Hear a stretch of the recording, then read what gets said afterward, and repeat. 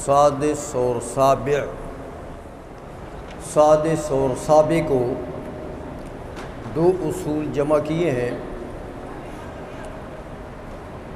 پہلا جو ہے اس کا عنوان دیا کہ انہ تعالی متکلم بکلام، باری تعالی موصوف ہے کلام سے، یعنی کلام باری تعالی کی صفت ہے۔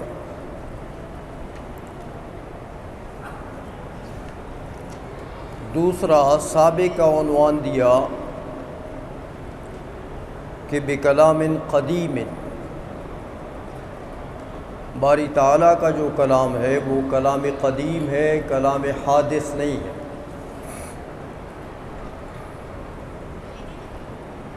یہ دو عنوان دو اصلین کے لیے حضرت امام غزالی رحمۃ اللہ علیہ نے متعین کیے تھے، اس لیے علامہ کمال ابن حمام رحمۃ اللہ علیہ نے بھی انہی دونوں کو رکھا۔ لیکن یہاں انہوں نے کچھ اضافہ بھی فرمایا کہ کلام باری تعالیٰ کی صفت بھی ہے، باری تعالیٰ کا یہ کلام قدیم بھی ہے، اور باری تعالیٰ کا یہ کلام قائم بذاتہ، باری تعالیٰ کی ذات کے ساتھ قائم بھی ہے۔ اور یہ بھی عنوان فرما دیا کہ لیس بحرف ولا صوت، وہ باری تعالیٰ کا جو کلام ہے وہ از قبیل حروف یا اصوات سے نہیں ہے۔ جیسے ہمارے کلام حروف منتظمہ پر شامل ہوتا ہے، باری تعالیٰ کا کلام ایسا نہیں ہے۔ باری تعالیٰ کے کلمات ایسا نہیں ہے کہ وہ بالترتیب حروف سے مرکب ہے، حروف مرتبہ سے وہ مرکب ہے، ایسا نہیں ہے۔ البتہ فرمایا ہوا بھی طالب مخبر، باری تعالیٰ اپنے اسی کلام کے ذریعے سے طالب بھی ہے، مکلف سے طلب بھی کرتا ہے امر کے صیغے سے اور نہی کے صیغے سے۔ امر کے صیغے سے باری تعالیٰ مکلف سے فعل طلب کرتا ہے، نہی کے صیغے سے باری تعالیٰ ترک فعل طلب کرتا ہے، تو باری تعالیٰ طالب ہے۔ مکلفین سے، مکلفین کو یوں سمجھے کہ امر و نہی سے مکلف کر دیتا ہے۔ مخبر بھی ہے اسی کلام سے، جب کلام خبر ہو تو باری تعالیٰ مخبر ہے، جب کلام طلب ہو تو باری تعالیٰ طالب ہے۔ قضیہ حملیہ ہے تو باری تعالیٰ مخبر ہے، اور انشائیہ ہے تو امر نہی کے قبیلے میں سے ہے تو باری تعالیٰ قابل، باری تعالیٰ عامر اور ناہی ہے۔ اسی لیے فرمایا کہ ہوا بھی، باری تعالیٰ اسی کلام کے ذریعے سے طالب مخبر، طالب بھی ہے مخبر بھی ہے۔ اب باتیں یہاں پر آ گئی ہیں دو، یہ کہ کلام باری تعالیٰ کی صفت ہے، اور وہ کلام جو باری تعالیٰ کی صفت ہے وہ قدیم ہے۔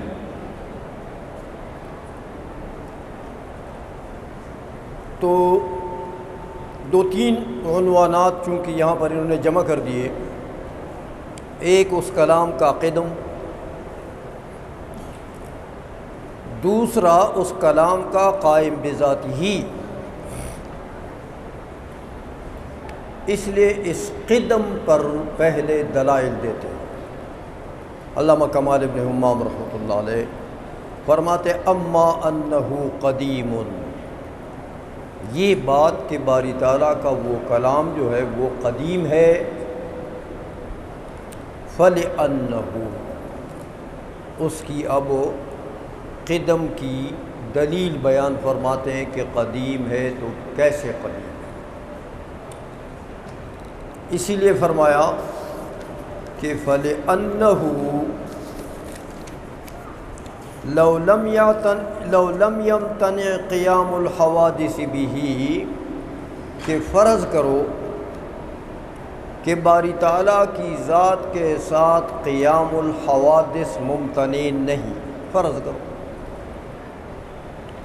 تو اگر قیام الحوادث ممتنع نہ ہو اور باری تعالیٰ کی ذات کے ساتھ ایک معنی قائم ہو جائے، وقام بذاتہ معنن، اس کی ذات کے ساتھ اگر ایک معنی قائم ہو جائے تو اب معنی جو قائم ہوا اس معنی کے حدوث اور قدم دونوں کا احتمال ہے نا، کیونکہ ہم نے فرض تو یہ کیا کہ باری تعالیٰ کے ذات کے ساتھ حوادث کا قیام ممتنع تو نہیں ہے، تو جب یہ فرض کیا تو دروازہ تو قیام الحوادث کا بھی کھل گیا،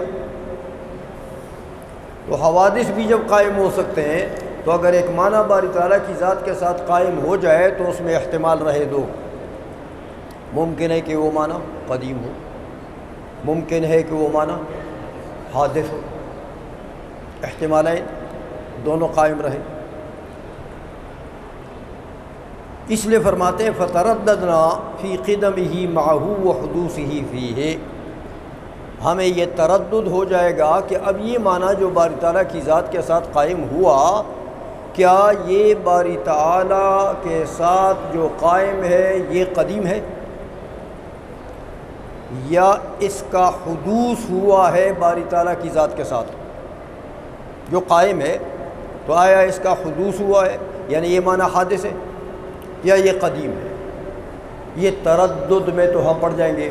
اب اس تردد کو ختم کرنے کے لیے دلیل چاہیے، تو کہتے ہیں ہم نے جہاد کو جب دیکھا ولا معین لأحدہما، ایک جہت کو ترجیح دینے والا تو ہمارے پاس نہیں ہے، کیونکہ ادھر سے تم نے دروازہ حوادث بھی قائم کھول دیا ہے، تو ممکن ہے کہ یہ معنی جو قائم ہو گیا باری تعالیٰ کے ذات یہ قدیم ہو سکتا ہے کہ حادث ہو، تو یہ تردد تو، اور اس تردد کو ختم کرنے کے لیے کوئی مرجح چاہیے نا، کوئی دلیل چاہیے نا، تو فرمایا ولا معینہ لأحدہما۔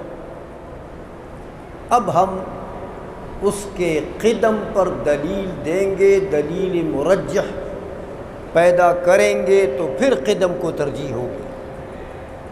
اسی لیے فرمایا کہ وجب اثبات قدمہ،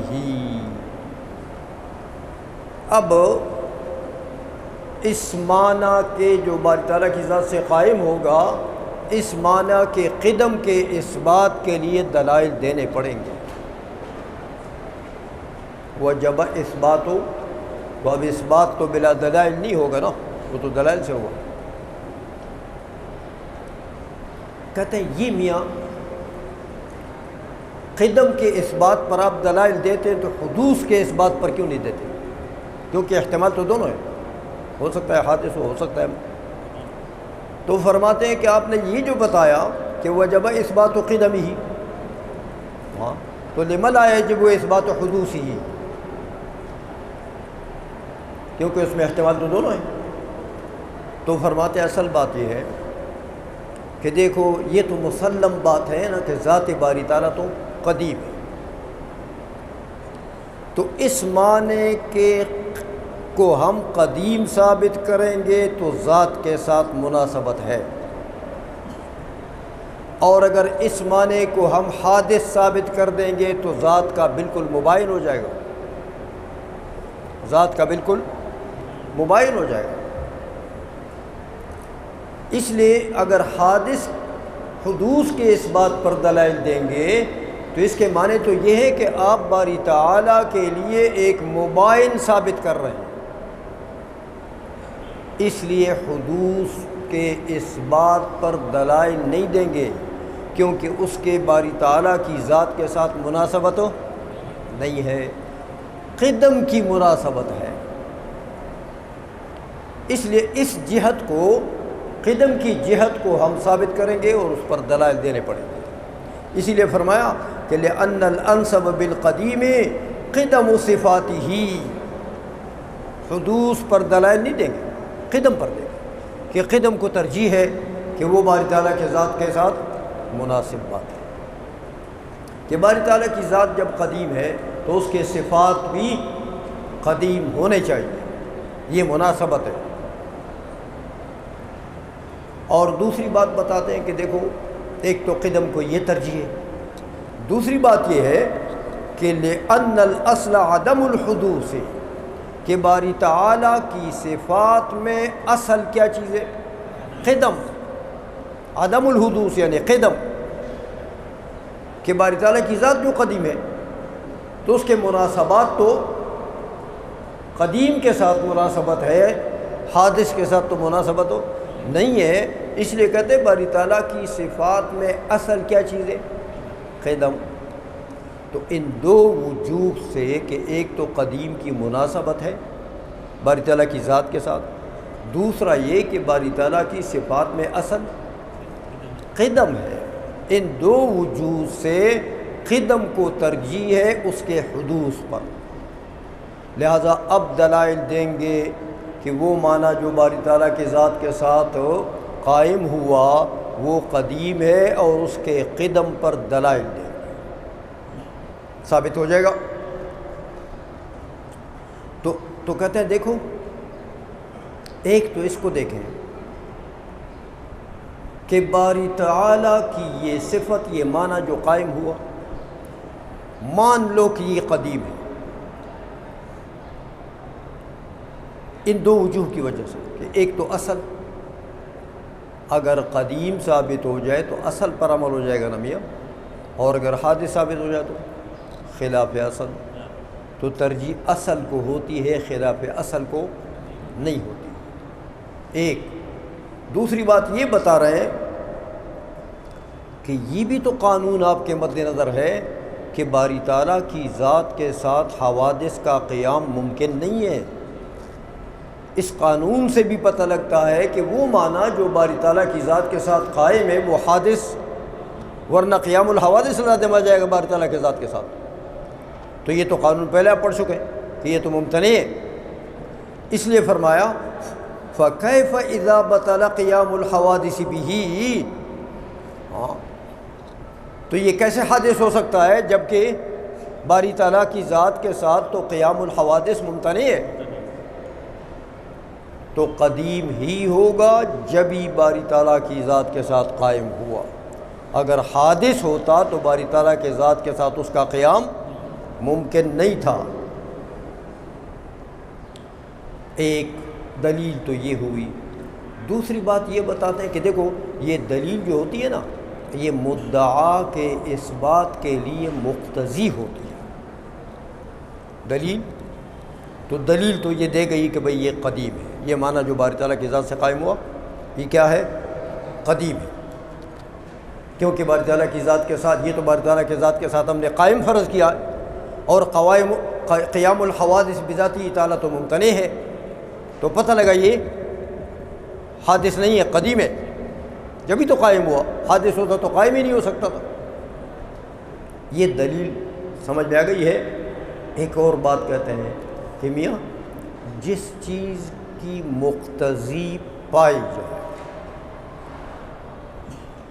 جس چیز کے لیے مقتضی پایا جائے اور معنی رفع ہو جائے تو بس شے متحقق ہو جاتی ہے۔ دیکھو تحقق شے کے لیے دو چیزیں چاہیے، ایک وجود مقتضی اور دوسری چیز رفع موانع، اس کے راستے میں جتنی رکاوٹ ہے نا وہ سب رفع ہو جائیں اور مقتضی پایا جائے تو بس شے متحقق ہو جاتی ہے۔ اس لیے فرماتے ہیں یہاں بھی ایسا ہے کہ مع انہ لا مانع من قدم کلامہ النفسی، کہ باری تعالیٰ کے کلام نفسی کے قدم سے کوئی مانع اور رکاوٹ ہے تو مانع بھی نہیں ہے، اور مقتضی پایا گیا تو پتہ لگا کہ وہ جو معنی قائم ہے باری تعالیٰ کی ذات کے ساتھ وہ کیا ہے؟ قدیم ہے، کہ قدیم ہونے کے مقتضی بھی پائے گئے اور قدیم ہونے کے راستے میں رکاوٹ بھی نہیں ہے۔ لہذا پتہ لگا کہ باری تعالیٰ کا جو اصل صفت ہے کلام، جو کلام نفسی ہے، وہ کیا ہے؟ قدیم ہے۔ یہ فیصلہ تو کر گئے کہ بھئی جو بھی معنی باری تعالیٰ کی ذات کے ساتھ آپ قائم فرض کریں گے وہ کیا ہوگا؟ قدیم ہوگا، حادث نہیں ہو سکتا۔ اچھا، اب اس بات پر کہ رکاوٹ نہیں ہے، مانع نہیں ہے، کلام نفسی کے قدم کے راستے میں کوئی مانع نہیں ہے، اس پر تھوڑی سی تنبیہ کر دیتے ہیں۔ علامہ کمال ابن حمام رحمۃ اللہ علیہ فرماتے اس کو سمجھو ذرا کہ باری تعالیٰ کی جو صفت ہے، جو اصل حقیقی صفت ہے، وہ ہے کلام نفسی، اور کلام نفسی کے قدیم ہونے میں کوئی رکاوٹ ہو، کوئی معنی نہیں ہے۔ اس کی ذرا تھوڑی سی وضاحت فرماتے ہیں، کہتے دیکھو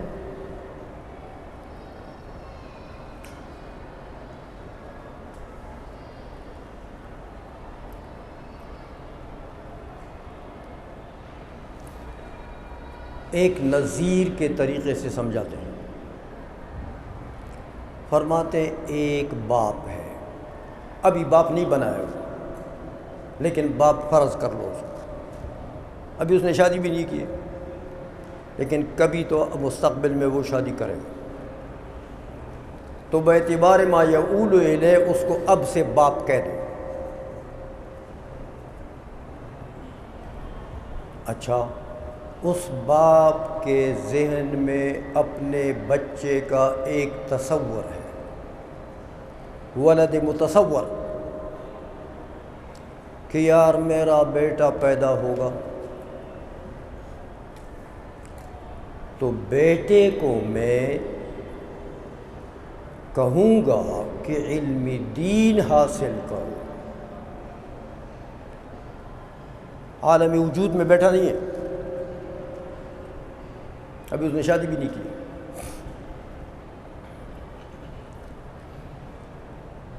لیکن اس ہونے والے باپ کے ذہن میں یہ ایک تصور ہے کہ میرا بیٹا پیدا ہوگا تو بیٹے سے پھر میں طلب علم دین کروں گا، کہ علم دین کے طالب بن جاؤ، علم دین حاصل کرو۔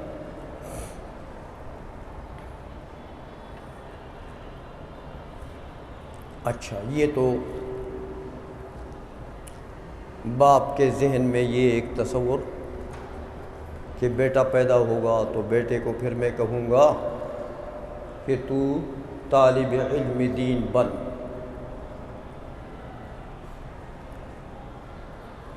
کچھ عرصے کے بعد اس نے شادی کر لی اور بچہ پیدا ہو گیا،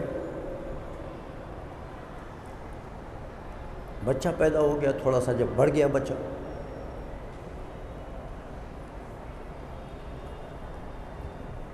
تو بچے سے ابھی اس نے بالفعل طلب نہیں کیا تھا کہ بیٹا تو طالب بن، یہ بھی نہیں کہا تھا اس کو، لیکن جب بچہ موجود ہو گیا، کچھ سمجھ بوجھ کے عمر میں چلا گیا، اللہ جل مجدہ نے اس بیٹے کے ذہن میں یہ بات ڈال دی کہ تیرے باپ کے دل میں تو تمہارے متعلق تصور یہ ہے کہ وہ تمہیں کہے گا کہ طالب علم بن۔ کیا کہے گا؟ بالفعل اس نے کہا نہیں ابھی اس باپ نے، لیکن باپ کے ذہن میں جو تصور تھا، اس تصور کا علم اس بیٹے کو باری تعالیٰ نے کسی بھی طریقے سے دے دیا۔ میرے باپ کے ذہن میں میرے متعلق یہ تصور ہے کہ وہ مجھے امر کرے گا علم دین حاصل کرنے کا۔ یہ علم بیٹے کو آ گیا۔ اب اگرچہ باپ نے تو امر نہیں کیا، ابھی نمبر نہیں آیا، لیکن وہ بیٹا جس کو یہ علم آ گیا کہ میرے باپ کے دل میں یہ تصور ہے وہ مجھ سے طلب علم دین کرے گا، تو وہ بیٹا اسی وقت جب اس کو علم آ گیا باپ کے اس امر کا، وہ اس وقت مامور بن گیا۔ بس وہ اس وقت مامور بن گیا، باپ کی طرف سے علم دین کے طلب کا مامور بن گیا۔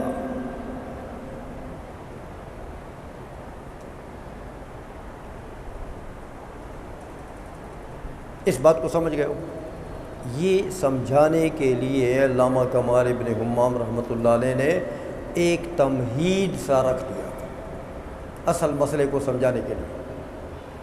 اس کا ترجمہ کر لو۔ فرماتے ہیں دیکھو، اذ یوقل قیام طلب التعلم بذات الاب، معقول بات ہے کہ طلب تعلم قائم ہو، طلب تعلم کا معنی قائم ہو باپ کی ذات کے ساتھ۔ کب قائم ہو؟ قبل ان یخلق له ولد، بچے کی پیدائش سے پہلے اس کے ذہن میں یہ طلب تعلم والا معنی قائم ہو۔ معقول بات ہے، ہو سکتا ہے۔ ہر باپ کو بھائی بچے کے متعلق کوئی سوچنا تو چاہیے نا کہ میں نے اپنے بیٹے کے مستقبل کو کیسے بنانا ہے۔ تو سمجھو کہ اس باپ کے ذہن میں یہ تصور ہے، ابھی بچہ پیدا ہی نہیں ہوا۔ اچھا، حتیٰ لو فرض خلقہ، کہ اگر اس بچے کا خلق فرض کر لیا جائے کہ بچہ پیدا ہو گیا، اچھا، وَعِلْمُهُ بِمَا قَامَ بِأَبِيهِ مِنْ ذَلِكَ الطَّلَبِ، اور اس بیٹے کو علم بھی ہو گیا کہ میرے باپ کے ذہن میں یہ معنی قائم ہے کہ وہ مجھ سے طلب علم کرے گا، بیٹے کو یہ علم ہو گیا، تو صار ماموراً بہ، تو یہ بیٹا اس امر کا مامور بن گیا۔ وہ باپ کے ذہن میں جو امر تھا اس کا مامور یہ بن گیا۔ بس اب کہتے ہیں یہ تو سمجھانے کے لیے ایک نظیر ہم نے دے دی، کیسا ہوتا ہے، معقول بات ہے یہ۔ تو کہتے ہیں میاں دیکھو، فَلْيُعْقَلْ قِيَامُ الطَّلَبِ الَّذِي دَلَّ عَلَيْهِ قَوْلُهُ تَعَالَى فَاخْلَعْ نَعَلَيْكَ، امر ہے نا فَاخْلَعْ نَعَلَيْكَ، کہتے ہیں اسی طرح بالکل معقول بات ہے کہ باری تعالیٰ کی ذات کے ساتھ یہ معنی پہلے سے قائم تھا کہ موسیٰ علیہ السلام بھی موجود نہیں تھے، ابھی پیدا نہیں ہوئے تھے۔ باری تعالیٰ کی ذات کے ساتھ یہ معنی پہلے سے قائم تھا ازل میں کہ موسیٰ علیہ السلام جب موجود ہوں گے، کوہ طور پر آئیں گے، تو میں ان کو کہوں گا فَاخْلَعْ نَعَلَيْكَ۔ جیسے باپ کے ذہن میں تصور تھا بیٹا پیدا ہوگا تو میں اس سے طلب کروں گا کیا؟ طالب بن جا علم دین کا، سمجھائے ہو؟ تو باری تعالیٰ کی ذات کے ساتھ ازل میں جیسے باپ کے ذہن میں تصور تھا بیٹے کی پیدائش سے بہت پہلے، اسی طرح باری تعالیٰ کی ذات کے ساتھ یہ معنی قائم تھا کہ جب کبھی موسیٰ علیہ السلام وقت آئے گا پیدا ہونے کا، اور وہ پیدا ہو جائیں گے، اور جب وہ پھر معراج پر آئیں گے کوہ طور پر، تو میں اس کو کہوں گا فَاخْلَعْ نَعَلَيْكَ۔ اس بات کو سمجھ گئے ہو؟ بہت آسان کر کے پیش کر دیا علامہ کمال ابن حمام نے۔ جیسے باپ کے ذہن میں وہ معنی قائم ہو سکتا ہے، باری تعالیٰ کی ذات کے ساتھ بھی قائم ہو سکتا ہے۔ فخلعنا علیک. تو فرماتے ہیں کہ دیکھو فلیعقل قیام الطلب الذی دل علیہ قولہ تعالی فخلعنا علیک بذات اللہ تعالی. سمجھ آ گئی ہے کہ باری تعالیٰ کی ذات کے ساتھ یہ فخلعنا علیک والا معنی قائم تھا، پہلے سے قائم تھا، ازل میں قائم تھا. اچھا وَمَصِيرُ مُوسَى مُخَاطَبًا بِهِ بَعْدَ وُجُودِهِ وَخَلْقِ مَعْرِفَتِهِ بِهِ. اور موسیٰ علیہ السلام کا اس فخلعنا علیک کا مخاطب بننا، فخلع کا مخاطب بننا، یہ تو کب ہوگا؟ بعد وجودہ، جب موسیٰ علیہ السلام پیدا ہوں گے، یہ تو پھر ہوگا. وَخَلْقِ مَعْرِفَتِهِ بِذَلِكَ، اور پھر اللہ جل مجدہ موسیٰ علیہ السلام کے دل میں یہ معرفت بھی تخلیق کر دے. یہ معرفت، اس کی پہچان بھی، اس کا علم بھی کہ اللہ جل مجدہ کی ذات بابرکات کے ساتھ تو یہ معنی قائم ہے کہ مجھے وہ حکم کرے گا کہ فخلعنا علیک، جوتوں کے ساتھ نہیں آنا ہے. یہ حکم تو موسیٰ علیہ السلام جب پیدا ہوں گے پھر مخاطب بنیں گے نا فخلا کا، اور پھر وہ معنی قائم ہے اس کا علم بھی جب موسیٰ علیہ السلام کو آ جائے. بات سمجھ رہے ہیں؟ یہ کب؟ اذ سمعا لذالک الکلام القدیم، جب وہ باری تعالیٰ کا کلام قدیم جو کلام نفسی ہے، فخلعنا علیک کا جو کلام نفسی ہے، اس کلام نفسی کو جب سنیں گے تو پھر جا کے مخاطب بنیں گے نا، پھر مخاطب بنیں گے. اس بات کا علم ان کو آ جائے گا کہ او میاں یہ جو فخلعنا علیک مجھے ابھی کہہ دیا نا باری تعالیٰ نے، یہ معنی تو باری تعالیٰ کے ذات ازل میں بھی قائم تھا. بات سمجھ میں آ رہی ہے؟ اچھا اب کہتے ہیں دیکھو علم تو موسیٰ علیہ السلام کو اس وقت آیا جب کوہ طور پر گئے، بالفعل فخلعنا علیک سن لیا. فخلعنا علیک سن لیا کیا مطلب؟ باری تعالیٰ کا وہ کلام قدیم سن لیا. شیخ اشعری فرماتے ہیں کیا سن لیا؟ باری تعالیٰ کی جو صفت ہے کلام، جو باری تعالیٰ کی ذات کے ساتھ قائم تھا، وہ تو ازل میں جو قائم تھا، وہ اس کا معنی وہ کلام قدیم تھا نا. تو موسیٰ علیہ السلام کو اس کے قیام کے وہ معنی باری تعالیٰ کی ذات کے ساتھ قائم ہے، اس کا علم کب آیا؟ جب طور میں فخلعنا علیک کو سن لیا. تو شیخ اشعری فرماتے ہیں کہ یہ علم تو اس وقت آیا جب کلام قدیم کو سنا. کلام قدیم کو، کیونکہ وہ جو قائم تھا باری تعالیٰ کی ذات کے ساتھ، وہ کون سا کلام تھا؟ وہ تو کلام قدیم تھا. تو اس کلام قدیم کا علم موسیٰ علیہ السلام کو کب آیا؟ جب اس کلام قدیم کو سنا. تو اس کے معنی کیا ہوئے؟ شیخ اشعری رحمۃ اللہ علیہ فرماتے ہیں کہ میاں اس سے پتہ لگا کہ کلام قدیم کو سنا جا سکتا ہے. کلام قدیم کو، کلام قدیم از قبیلہ مسموعات ہو سکتا ہے. شیخ اشعری رحمۃ اللہ علیہ یہ فرماتے ہیں لیکن یہ بھی خرق عادت ہوگا. کیا ہوگا؟ عادتاً ایسا نہیں ہو سکتا. تو یہ موسیٰ علیہ السلام کا معجزہ بھی ہوگا نا کہ کلام قدیم کو سنا. تو کلام قدیم کو سننا خرق عادت ہے. تو شیخ اشعری رحمۃ اللہ علیہ نے تو یہ فرما دیا کہ کلام قدیم باوجود اس کے کہ حروف و اصوات کے قبیلے میں سے نہیں ہے، اس کے باوجود کلام قدیم سنا جا سکتا ہے۔ مطلب کو سمجھیں؟ اس لیے فرماتے ہیں ھذا قول الاشعری، یہ امام ابو الحسن اشعری رحمۃ اللہ علیہ کا قول ہے۔ اعنی کون الکلام النفسی مما یسمع، یہ قول، یہ بات کہ کلام نفسی جو ہے وہ مسموعات کے قبیلے میں سے ہے۔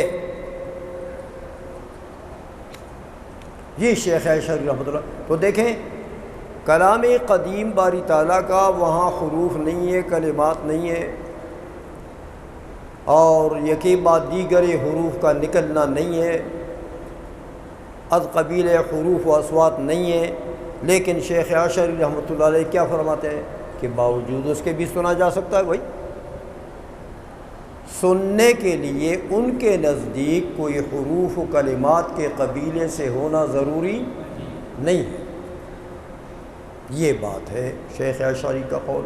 اعنی کون الکلام النفسی مما یسمع، اب یہ مما یسمع کیوں ہے کہ حروف نہیں ہے، کلمات نہیں ہے، تو مسموع کیسے ہو گیا؟ فرماتے ہیں شیخ اشعری فرماتے ہیں کہ دیکھو یہ جو شیخ اشعری کا قول ہے، قاسہ علی رؤیت ما لیس بلون، شیخ اشعری رحمۃ اللہ علیہ نے اس کلام قدیم کو قیاس کر دیا کس پر؟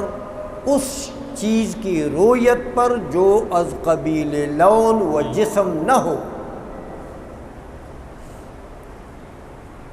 فرماتے ہیں دیکھو جو چیز از قبیل لون نہیں ہے، از قبیل جسم نہیں ہے، از قبیل سطوح نہیں ہے،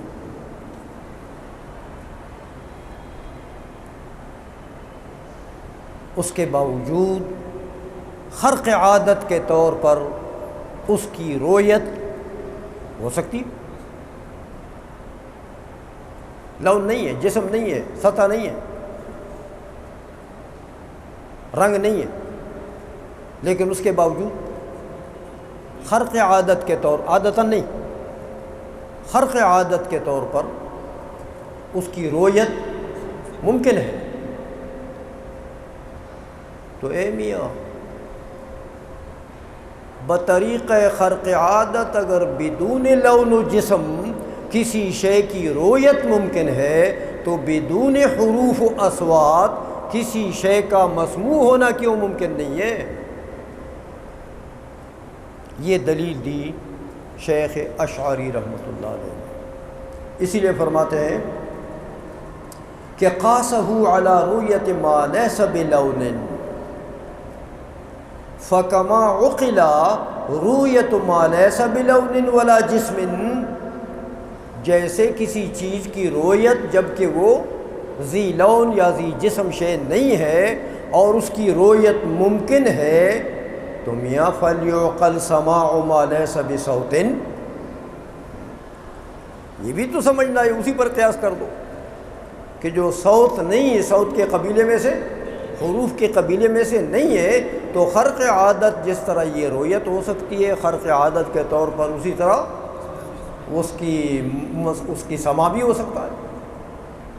یہ شیخ اشعری رحمۃ اللہ علیہ نے یہ دلیل دے دی۔ بات سمجھ میں آ گئی ہے؟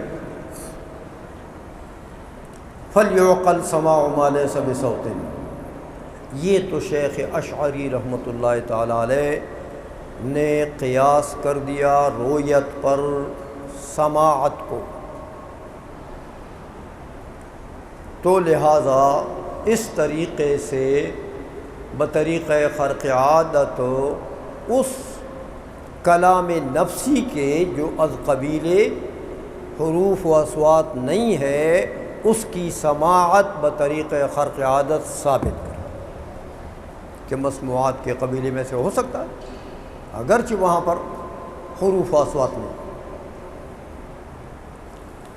اب باری آ گئی اب ہمارے امام ماتوریدی ابو منصور ماتوریدی رحمۃ اللہ علیہ، وہ فرماتے ہیں کہ میاں یہ شیخ اشعری رحمۃ اللہ علیہ کا جو تصور ہے کہ از قبیل اصوات و حروف کوئی شے نہیں بھی ہے پھر بھی وہ مسموع ہو سکتی ہے. کہتے ہیں یہ محالات میں سے جو شے از قبیل حروف و اصوات نہیں ہے یہ کہنا کہ وہ مسموع. کہتے ہیں فاستحالا، دیکھا واستحال الماتریدی رحمہ اللہ تعالی سماع ما لیس بصوت، جو شے صوت نہیں ہے، حرف نہیں ہے، اس کی سماع کو شیخ ماتریدی نے محال جانا، ممتنع ہے، نہیں ہو سکتا.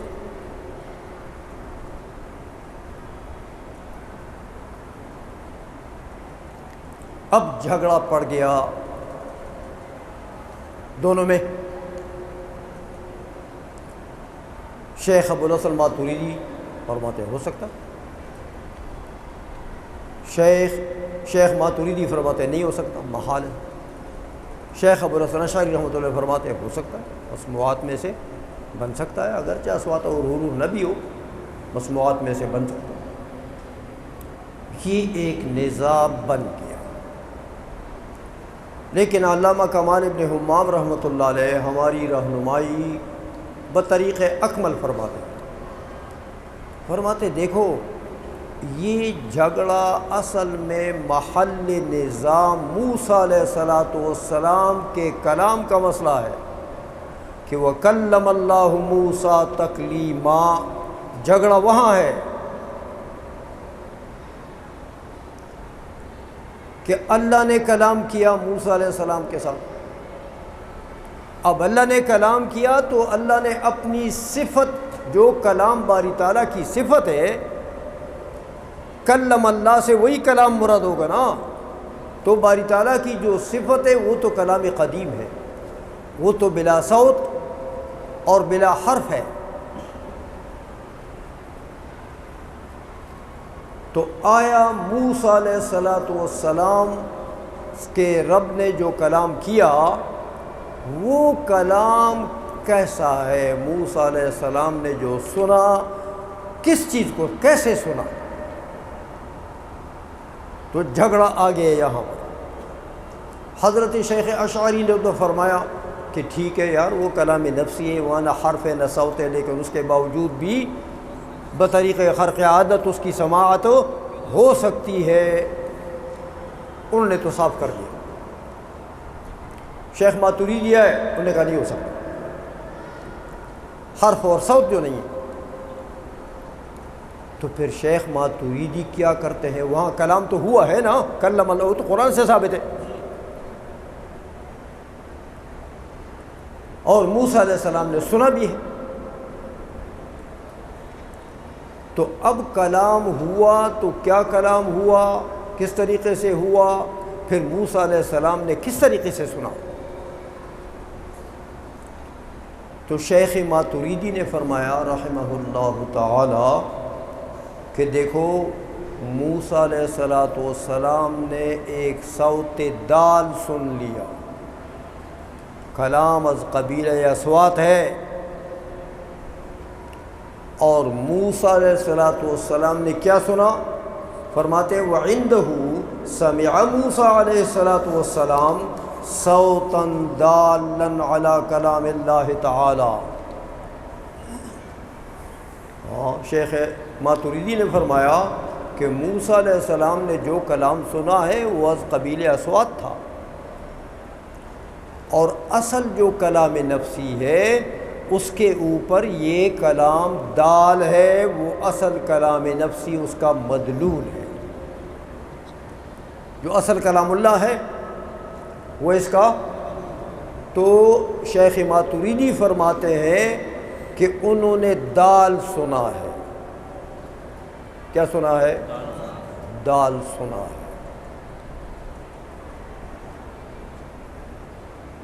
اب آپ دیکھیں وَكَلَّمَ اللَّهُ مُوسَىٰ تَكْلِيمًا۔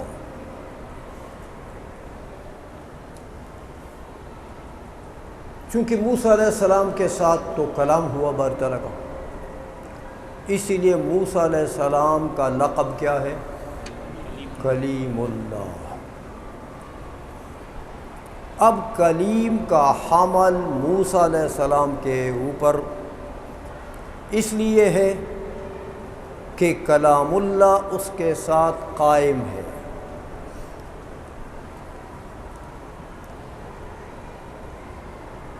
تو شیخ اشعری کے مذہب کو لیں تو بات تو بالکل صاف ہے، وہاں تو کوئی اعتراض نہیں ہوتا، اس لیے کہ وہ تو فرماتے ہیں میاں ٹھیک ٹھاک انہوں نے وہ کلام نفسی جو اللہ کا اصلی کلام ہے نا وہی سنا ہے، جو بلا صوت و حروف ہے، تو ان کے نزدیک تو کلیم اللہ ہوئے نا۔ اصلی کلام جو سنا، اس اصلی کلام کو سنا، اصلی کلام کو سمجھا، تو کیا ہوئے؟ حقیقی معنی میں کلیم اللہ ہو گئے کہ کلام حقیقی کو سنا ہے۔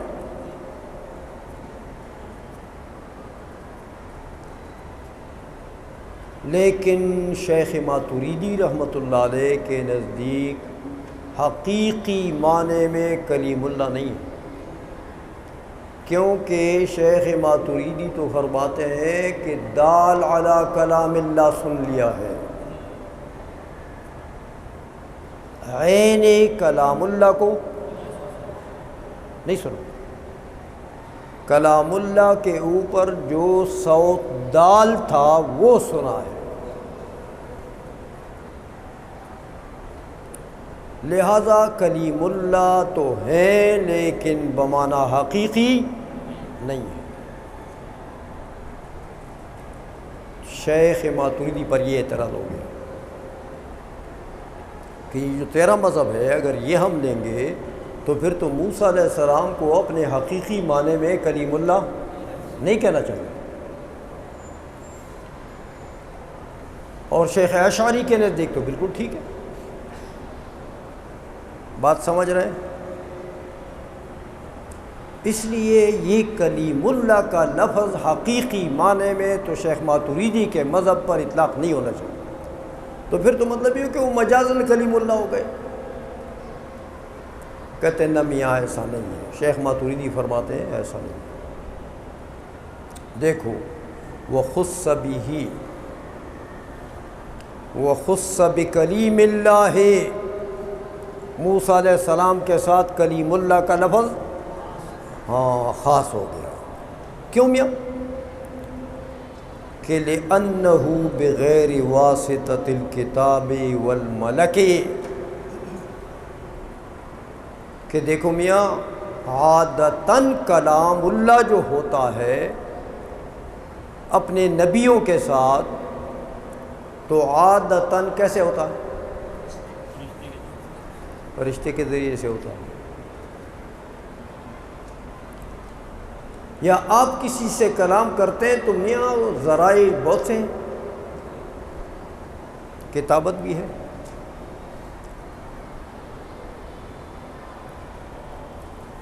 لیکن یہ موسیٰ علیہ السلام کے ساتھ جو رب نے کلام کیا، یہ موسیٰ علیہ السلام کو یہ خط لکھ کر بھیجا تھا اللہ نے؟ ایسا بھی نہیں، یا فرشتے کے واسطے سے ہوا، جبریل امین تھا بیچ میں، وہ بھی نہیں۔ تو کہتے ہیں یہ کلام بھی کلام خرق عادت کے طور پر ہے، یہ عادی کلام نہیں ہے۔ تو موسیٰ علیہ السلام کے ساتھ بھی وہ کلام باری تعالیٰ نے فرمایا جو کلام غیر عادی ہے، جو کلام غیر عادی ہے، اس لیے موسیٰ علیہ السلام کو کلیم اللہ کہہ دیا، اور عادی کلام کے ساتھ جو باری تعالیٰ کلام کرتا ہے اس کو کلیم اللہ نہیں کہتے۔ شیخ اشعری رحمۃ اللہ علیہ نے یہ جواب دیا کہ کلیم اللہ میرے نزدیک بھی موسیٰ علیہ السلام کلیم اللہ ہے، لیکن اس کلیم اللہ کی وجہ یہ ہے کہ کلام غیر عادی باری تعالیٰ نے ان سے فرمایا ہے، کلام عادی نہیں ہے۔ اور وجہ یہ ہے کہ وہ خص بھی کلیم اللہ کے لفظ سے موسیٰ علیہ السلام کی تخصیص کیوں ہو گئی کہ لأنہ بغیر واسطۃ الکتاب والملک۔ سمجھ آ گئی بات؟ تو یہ وجہ بتائی شیخ اشعری رحمۃ اللہ علیہ نے کہ کلیم اللہ اس لیے لقب ہے آپ کا کہ کلام غیر عادی ہوا ہے ان کے ساتھ۔ اب باتیں تو آ گئی دو، رائے تو ہمارے سامنے ایک شیخ اشعری کی آئی کہ موسیٰ علیہ السلام نے عین وہ حقیقی کلام کو سنا ہے جو کلام نفسی ہے، اور وہ ہو سکتا ہے بطریق خرق عادت کہ وہ مسموع ہو جائے، وہ مسموع ہو جائے بطریق خرق عادت، ایسا ہو سکتا ہے۔ اور شیخ ماتریدی رحمۃ اللہ علیہ کے متعلق بھی انہوں نے بھی رائے دی، ہم بھی مانتے ہیں کلیم اللہ، لیکن کلیم اللہ بئی معنی ہے کہ سنا تو آپ نے دال ہے، اگر یہ عادی کلام ہوتا تو پھر کلیم اللہ نہیں ہوتے۔ اب رائے سامنے دو آ گئی ہیں، تو کمال ابن حمام رحمۃ اللہ علیہ فرماتے ہیں کہ میری پسندیدہ رائے کون سی ہے ان دو میں سے؟ اسی لیے فرماتے ہیں وہ ہوا اوجہ،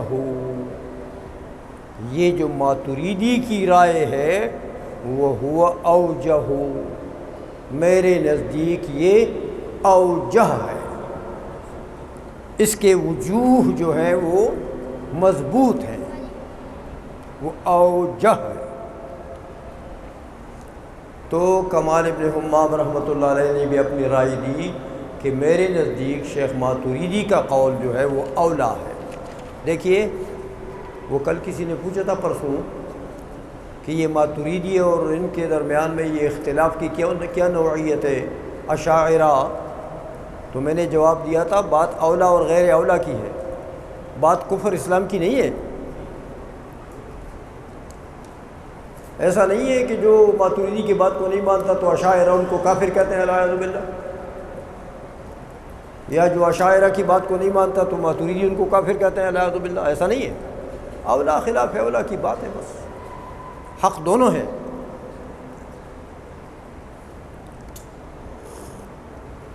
اس لیے ماتن نے یہاں پر کیا کہہ دیا؟ وہ ہوا اوجہ، یعنی وہ ہوا اولا بحسب الوجوہ، وجوہ کے اعتبار سے، دلائل کے اعتبار سے ماتن فرماتے ہیں کہ میرے نزدیک یہ ماتریدی کا قول جو ہے رحمہ اللہ تعالیٰ یہ اولا ہے۔ اب اس پر اولویت پر دلیل دیتے ہیں، فرماتے دیکھو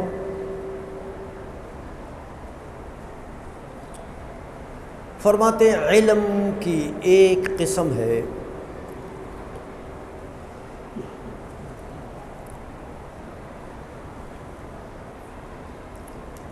جہاں پر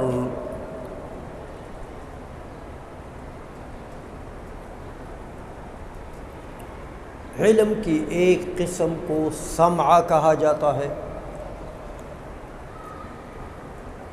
اور ایک علم قسم کی وہ ہے جس کو رویت کہا جاتا ہے۔ علم کی یہ دو قسمیں ہیں، ایک قسم کو کہتے ہیں میاں لأن المخصوص باسم السمع من العلم، علم کی وہ قسم جس کو سمع کہا جاتا ہے وہ کون سی قسم ہے؟ ما یکون اذ ذاک صوت، جہاں پر صوت ہو، صوت ہو تو جو صوت کے ذریعے سے علم آ جائے، ہاں اس کو کیا کہتے ہیں؟ سمع۔ ایک علم تو یہ ہے اذ ذاک صوت، دوسرا وادراک ما لیس صوتا قد یخص باسم الرؤیت، جو صوت نہیں ہے علم ہے، صوت نہیں ہے، صوت کے ذریعے سے نہیں ہے، تو اس کو کیا کہتے ہیں؟ رؤیت۔ یہ علم کی دو قسمیں ہیں، بذریعہ صوت ہے تو سمع، صوت نہیں ہے تو ادراک آ گیا، اور صوت نہیں ہے تو رؤیت۔ یہ دو قسمیں بتا دی، اور کہتے ہیں وَقَدْ يَكُونُ لَهُ الْإِسْمُ الْأَعَمُّ عَنِ الْعِلْمَ مُطْلَقًا۔ رؤیت کا کبھی ایک عام معنی بھی ہوتا ہے، رؤیت کا اطلاق ایک عام معنی پر بھی آتا ہے، وہ کیا؟ العلم مطلقاً، مطلق علم کسی بھی ذریعے سے آیا ہو اس کو بھی رؤیت کہتے ہیں، مطلق علم۔ تو رؤیت کے یہ دو معنی بیان کر دیے، ایک رؤیت علم خاص جو صوت کے ذریعے سے نہ آیا ہو، دوسرا رؤیت علم کا عام، مطلق علم، عام معنی رؤیت کا، یہ آ گیا۔ اچھا تو اے میاں، جہاں صوت ہے اور ادراک آیا اس کو سمع کہتے ہیں، لہذا شیخ ماتوریدی رحمۃ اللہ علیہ کی تائید کر دی کہ نہیں کر دی؟ سمجھے وہ بات؟ علم ہو، صوت بھی ہو، اس کو سمع کہتے ہیں۔ ایسا نہیں ہے کہ اس کے اوپر سمع کا اطلاق نہیں ہوتا، بلکہ علم کی دو قسمیں کر دی،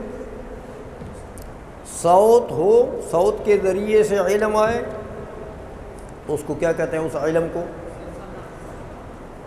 سماعت، سمع۔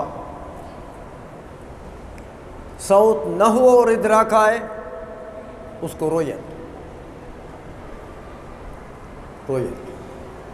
تو یہاں پر شیخ اشعری رحمۃ اللہ علیہ فرماتے ہیں کہ موسیٰ علیہ السلام نے دال سنا، صوت ہے کہ نہیں ہے، لیکن باوجود اس کے علم آیا کہ نہیں آیا؟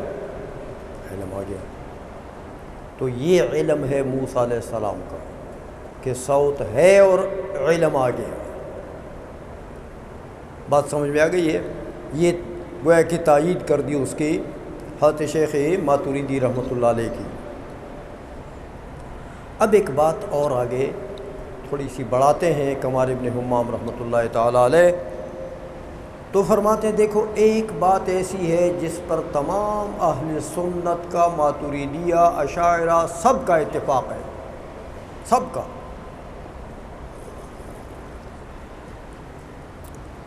وہ یہ ہے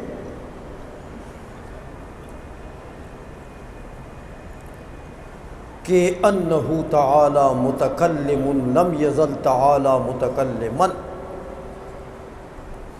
یہ اجماعی بات ہے کہ باری تعالی متکلم ہے اور رہے گا، کلام باری تعالی کی صفت ہے اور صفت باقیہ ہے۔ اس پر ماتوریدیہ کا بھی، اشاعرہ کا بھی، تمام اہل سنت کا یہ اجماعی بات ہے۔ اچھا اتنے تک تو سنیوں کا اتفاق آ گیا، شکر ہے، کہیں تو مل گئے۔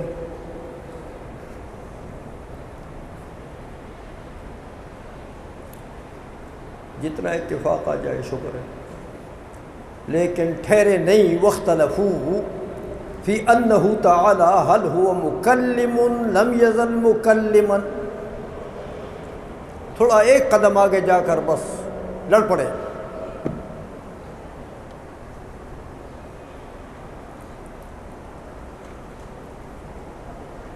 متکلم تو ہے، متکلم رہے گا، ٹھیک ہے۔ آگے مکلم ہے کہ مکلم نہیں ہے؟ مکلم، وَكَلَّمَ اللَّهُ مُوسَىٰ تَكْلِيمًا، کلما، تو جو کلمہ کرتا ہے وہ مکلم ہوتا ہے نا بھائی۔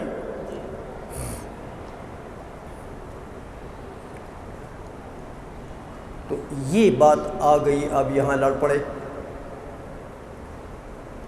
واختلفوا فی انہ تعالی هل هو مکلم لم یزل مکلما، مکلم ہے، مکلم رہے گا، یہ یہاں اختلاف کیا۔ تو دیکھیں، فعن الاشعری نعم، امام ابو الحسن اشعری رحمۃ اللہ علیہ نے فرمایا کہ نعم، باری تعالی مکلم ہے، مکلم رہے گا۔ جیسے کلمہ سے باری تعالی کے لیے مکلم کی صفت بن گئی ہے، یہی باری تعالیٰ کی صفت حقیقیہ ہے، ازلیہ ہے اور ابدیہ ہے۔ مکلم ہونا باری تعالیٰ کی صفت ازلی، ابدی، قدیم ہے۔ شیخ اشعری رحمۃ اللہ نے تو یہ فرمایا، اسی لیے فرمایا فعن الاشعری نعم، وعن بعض اہل السنت ونقلہ بعض متکلم الحنفیت عن اکثرہم لا۔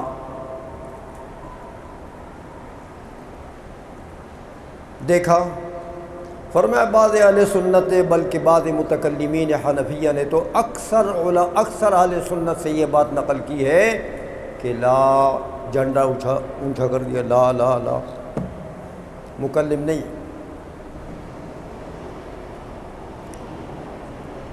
اب یہ مسئلہ اختلافی ہو گیا۔ لا، کمال ابن حمام رحمۃ اللہ علیہ اپنی رائے یہاں بھی بتاتے ہیں کہ یہ اختلاف تو پڑ گیا، لیکن میری رائے یہ ہے وَهُوَ عِنْدِي حَسَنٌ، یہ لا والی بات مجھے پیاری ہے، لا والی بات مجھے اچھی لگتی ہے یار، اچھی ہے۔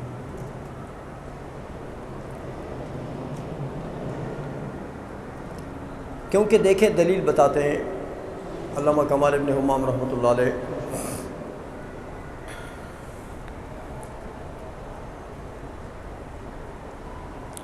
کہ مکلمیت کا پھر کیا معنی لیں گے؟ مکلمیت کہتے ہیں میاں مکلمیت کا یہ معنی تو ہے نہیں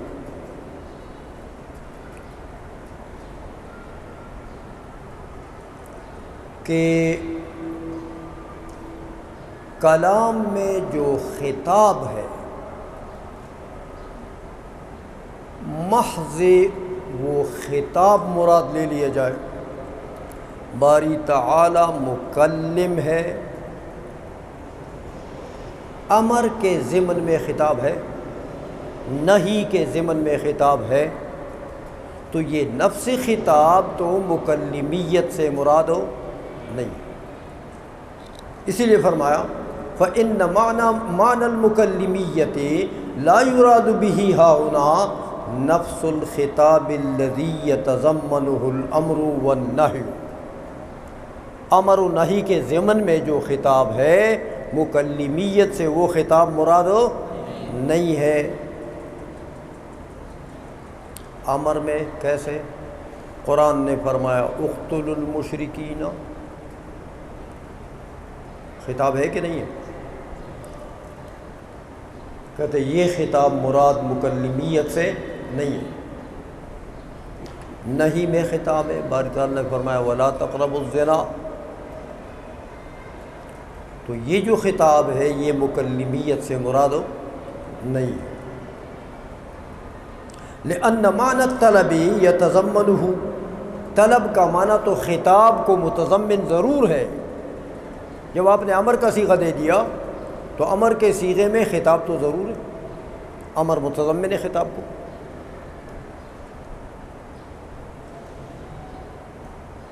فلا يختلف فيه اذ هو داخل في الكلام القديم، کیونکہ کلام قدیم میں بھی تو خطاب ہوتا، تو یہ خطاب نفس خطاب مکلمیت سے مراد نہیں ہے، اگرچہ یہ نفس خطاب امر کے ضمن میں بھی موجود ہے، جو باری تعالیٰ کے کلام میں جتنے اوامر ہیں سب کے ضمن میں خطاب تو ہے، جتنے نواہی ہیں سب کے ضمن میں، تو سب خطابات کو متضمن ہے، لیکن یہ نفس خطابات مکلمیت سے مراد نہیں ہے۔ تو پھر کیا مراد ہے؟ تو کمال ابن حمام رحمۃ اللہ علیہ فرماتے ہوئے انما یراد بہ اسماع لمعنی فاخلع نعلیک، مکلمیت سے کیا مراد ہے؟ اسماع المعنی۔ فاخلع نعلیک کا جو معنی ہے وہ معنی سنوانا، وہ معنی دوسرے کے کان میں رکھ کر سنانا، اسماع۔ فاخلع نعلیک کا جو معنی ہے اس معنی کا اسماع مراد ہے، مکلمیت سے اس معنی کا اسماع مراد ہے کہ وہ دوسرے کو سنائے، یہ مراد ہے۔ اسی طرح وَمَا تِلْكَ بِيَمِينِكَ يَا مُوسَىٰ، اس کا جو معنی ہے اس کا اسماع مراد ہے، مکلمیت سے وَمَا تِلْكَ بِيَمِينِكَ يَا مُوسَىٰ، اگرچہ دیکھو یہاں تو کوئی امر نہیں ہے، استفہام ہے، لیکن ایک مدلول اور ایک معنی، ان آیات کا معنی کا اسماع مراد ہے کہ وہ سنا دے، یہ اچھا تو اسماع مراد ہے ان آیات کا۔ اسی طرح ساری آیات کو قیاس کرو اس کے اوپر، تو ان کلاموں کے معانی کا اسماع مراد ہے مکلمیت سے۔ کہتے یار اس کا خلاصہ بھی تو کچھ سمجھاؤ، ان کا اسماع مراد ہے، کیا مطلب ہے اس کا؟ تو وہ سمجھاتے ہیں، فرماتے دیکھو وحاصل ھذا، یہ جو میں نے اسماع المعنی کیا، اس کا خلاصہ کیا ہے؟ فرماتے وحاصل ھذا عروض اضافۃ خاصۃ للکلام القدیم باسماعہ لمخصوص بلا واسطۃ او بلا واسطۃ معتادۃ، یہ مطلب ہے۔ فرماتے مطلب یہ ہے کہ اس کلام قدیم کو ایک اضافت عارض ہو گئی ہے، ایک نسبت، کلام قدیم کو ایک اضافت یا ایک نسبت عارض ہو گئی ہے۔ وہ نسبت کیا عارض ہو گئی ہے؟ بِإِسْمَاعِهِ، کہ یہ کلام قدیم سنا دیں، یہ کلام قدیم، تو سنانے والی اضافت اس کلام قدیم کو عارض ہو گئی ہے۔ اب یہ اسماع جو ہے کلام مخصوص کا، یعنی معانی کلام مخصوص کا، یہ بلا واسطۃ، یا تو یہ اسماع بلا واسطہ ہو، جیسے شیخ اشعری کا یہی قول ہے،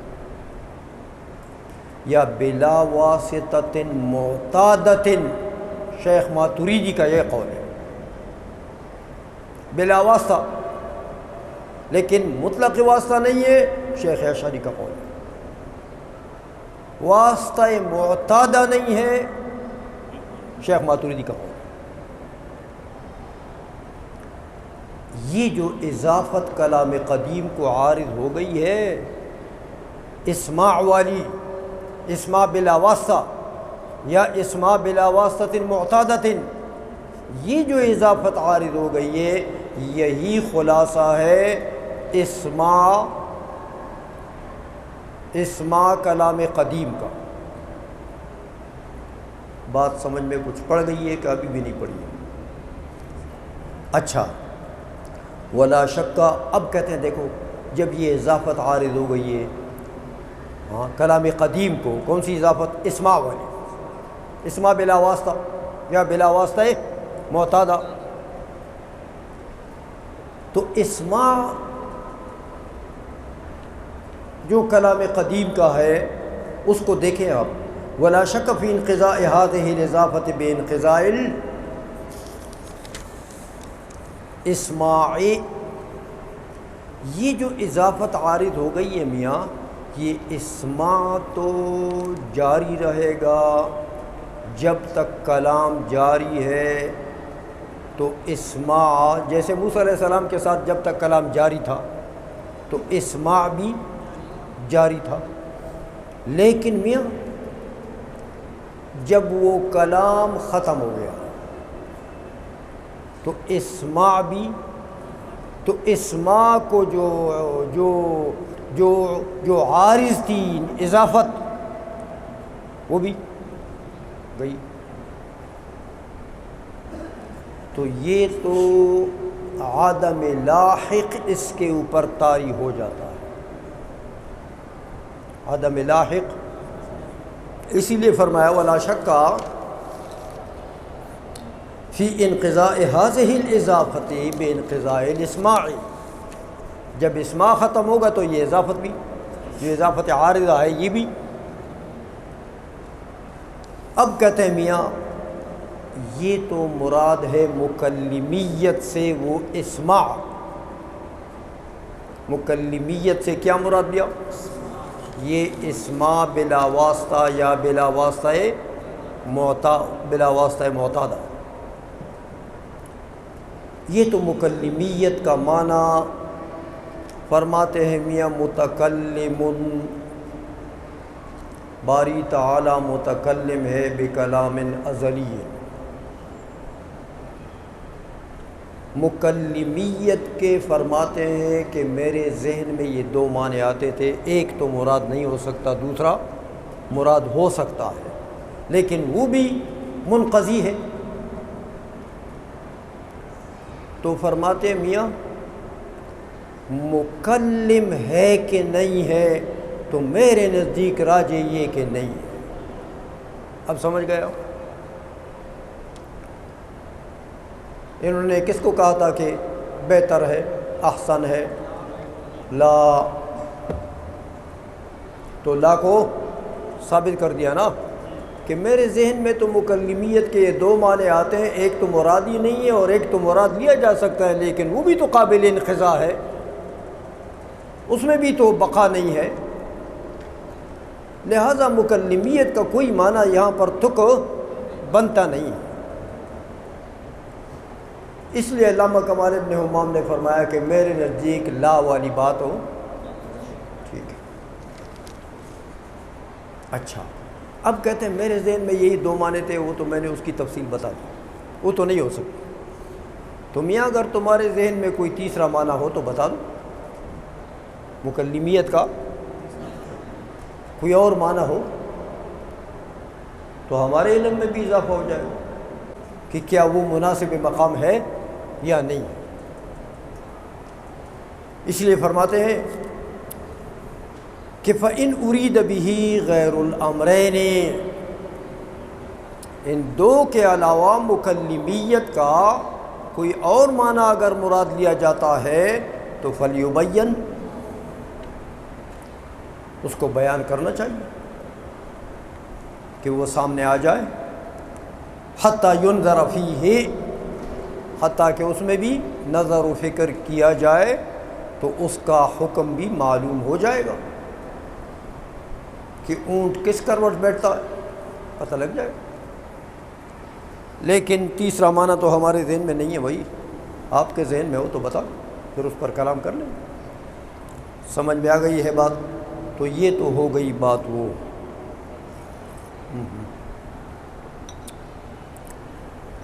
باردوں. اچھا، یہ تو بات ختم ہو گئی. میرے ساتھ ہمیشہ ایسا ہی ہوتا ہے یار، چھوڑو آپ، وہ دوسری بھی ٹھنڈی ہو جائے، وہ دوسری بھی ٹھنڈی ہو جائے گی، میں فارغ نہیں ہوں نا، بعد میں کر لیں۔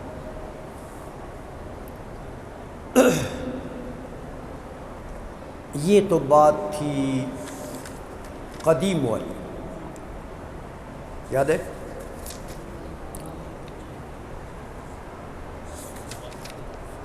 ہاں، وَأَمَّا أَنَّهُ قَدِيمٌ، اس میں کلام چلا آ رہا تھا نا، تو یہاں تک تو یہ بات ختم ہو گئی ہے۔ اب دوسری بات تھی کہ وَأَمَّا قِيَامُهُ بِذَاتِهِ، کہ کلام کا قیام بذات اللہ تعالی ہے، یہ ایک عنوان تھا۔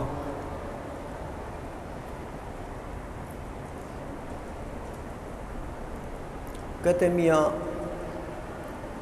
کلام کا قیام باری تعالیٰ کی ذات کے ساتھ ہے، کہتے اس کی وجہ یہ ہے کہ فَلِأَنَّهُ تَعَالَى وَصَفَ نَفْسَهُ بِالْكَلَامِ، کہ باری تعالیٰ نے قرآن عظیم میں کئی جگہ اپنے آپ کو کلام سے موصوف کیا ہے، کلام سے موصوف ہو۔ دیکھو یہ نیچے شارح نے لکھا ہے کہ جیسے قُلْنَا اهْبِطُوا مِنْهَا جَمِيعًا، قلنا تو قلنا کہہ دیا، وَمَنَا کلمنا، تو کلام اپنے لیے ثابت ہو کیا ہے۔ یہ دوسری مثال بھی دی ہے، وَقُلْنَا يَا آدَمُ اسْكُنْ أَنْتَ وَزَوْجُكَ الْجَنَّةَ، یہ بھی قلنا۔ جہاں جہاں اس قسم کے صیغے آئے ہیں جن سے پتہ لگتا ہے کہ باری تعالیٰ کا یہ کلام ہے، تو باری تعالیٰ نے اپنے آپ کو کلام سے موصوف کیا ہے اور کلام کو اپنی صفت بنایا ہے۔ اچھا، جب باری تعالیٰ کے لیے، تو اب متکلم ہو گیا نا باری تعالیٰ، کلام جو اس کے لیے ثابت ہو گیا، ما قام به مبدأ الاشتقاق فیحمل علیہ المشتقی، جس کے ساتھ مبدأ اشتقاق قائم ہو مشتقی کا حمل اس کے اوپر ہوتا۔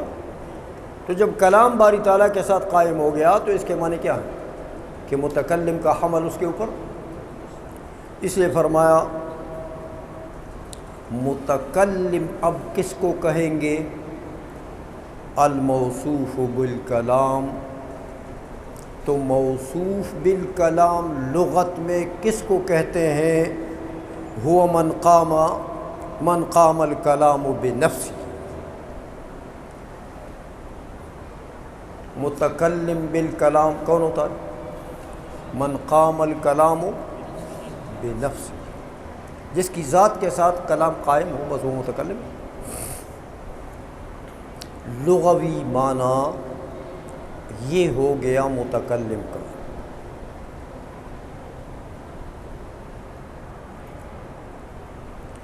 لا من اوجد الحروف فی غیرہ، متکلم اس کو نہیں کہتے جس نے حروف کا ایجاد کیا اور فی غیرہ کیا۔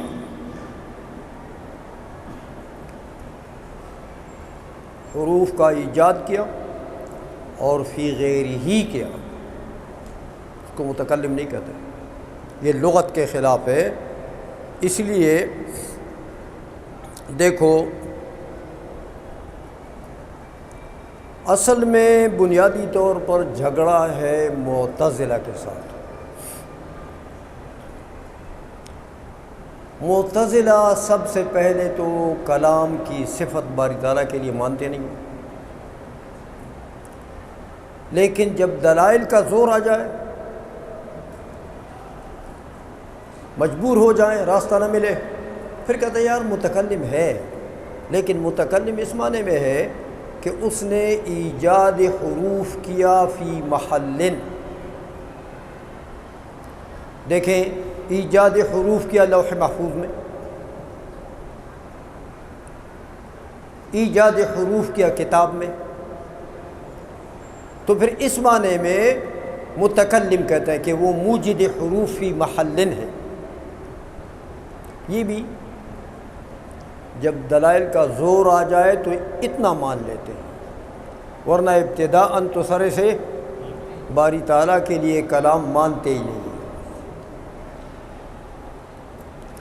اس لیے رد کرتے ہیں معتزلہ کا کہ میاں لغوی معنی متکلم کا کیا ہے؟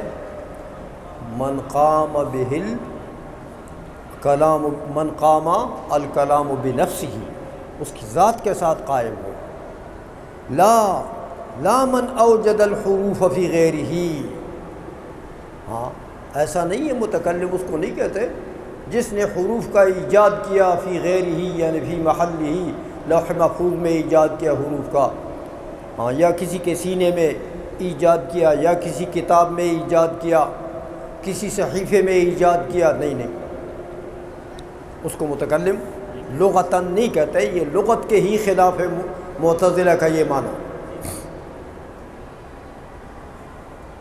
کما صرح الشاعر، جسے دیکھو شاعر نے عربی شعراء کے شعر سے لغات پر استدلال کرتے ہیں نا علماء، کہ عربی لغت کے لغات کو گویا کہ شعراء جو ہے وہ اپنے اشعار میں استعمال کرتے ہیں۔ اس لیے فرمایا دیکھو، آپ نے تحریر سنبٹ میں بھی پڑھا یہ شعر، کافیہ جب پڑھتے رہے تو ادھر بھی اگر آپ نے مطالعہ صحیح معنی میں کیا ہے تو تحریر سنبٹ کے بغیر تو کافیہ پڑھا نہیں جا سکتا، وہاں بھی یہ شعر ہے۔ فرماتے شاعر نے کہا، یہاں شاعر کا، کہ ان الکلام لفی الفؤاد وانما جعل اللسان علی الفؤاد دلیلا۔ ان الکلام لفی الفؤاد، حقیقتاً کلام جو ہے وہ تو قائم ہے دل کے ساتھ، دل کے ساتھ۔ زبان کیا گڑگڑ کر رہی ہے؟ کہتے یہ تو دوال بتا رہی ہے۔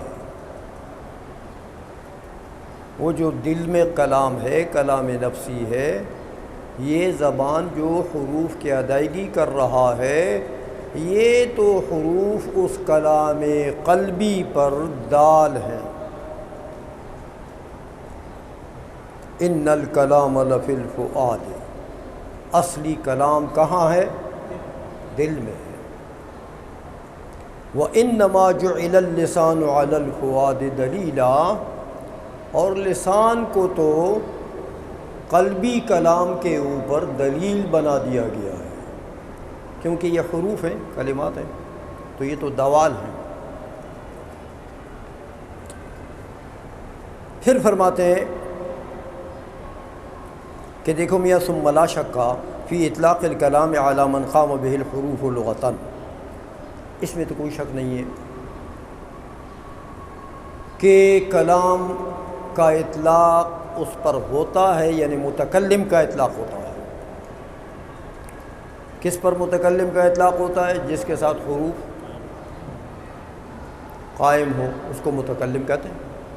تو کلام کا اطلاق اس کے ضمن میں ہوا نا، متکلم کے ضمن میں مشتقی کا اطلاق ہو گیا، تو جبھی تو ہوا کہ مبدا قائم ہے۔